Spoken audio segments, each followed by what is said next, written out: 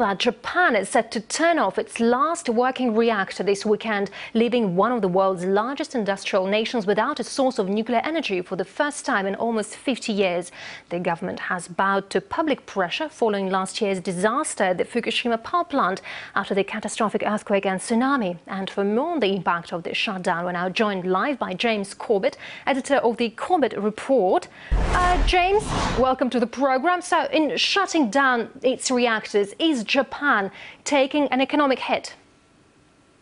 There's no doubt that it's taking quite an economic hit in a number of ways, and I think we can see that reflected most obviously by the fact that they are now forced to import much more oil and light natural gas and other energy materials in order to try to power the economy. But on the other hand, there is actually some surprises coming out of all of this, including the fact that the Tokyo Electric Power Company that operates the Fukushima Daiichi plant is actually projected to have a 4.5% surplus in energy over the summer months due to a number of factors, but including an increased use in geothermal energy. So there are some surprising indications coming out of this.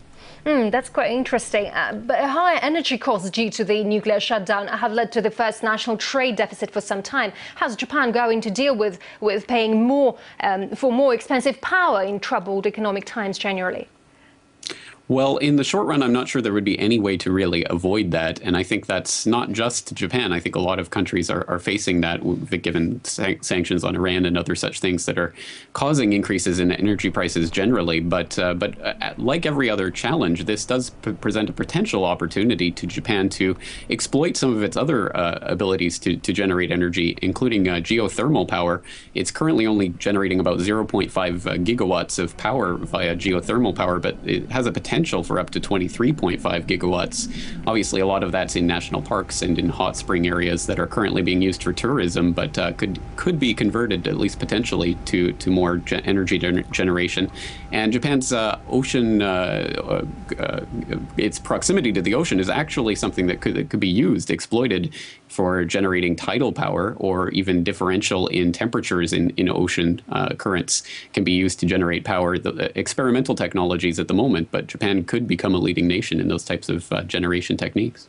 And also, despite the public's call for greener energy solutions, the Tokyo government wants to turn some reactors back on. How can they reassure people's fears about nuclear power safety?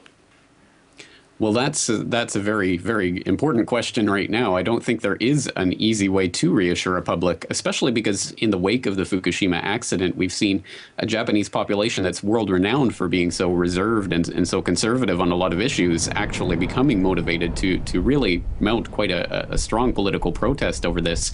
And I think a silent majority that have been against nuclear power in this country in the past are now actually becoming a vocal majority, with protesters camping outside of the energy industry ministry offices, and people going on hunger strikes. There was a large rally all around the country. I attended one in Osaka last month for the one-year anniversary of the 3/11 crisis.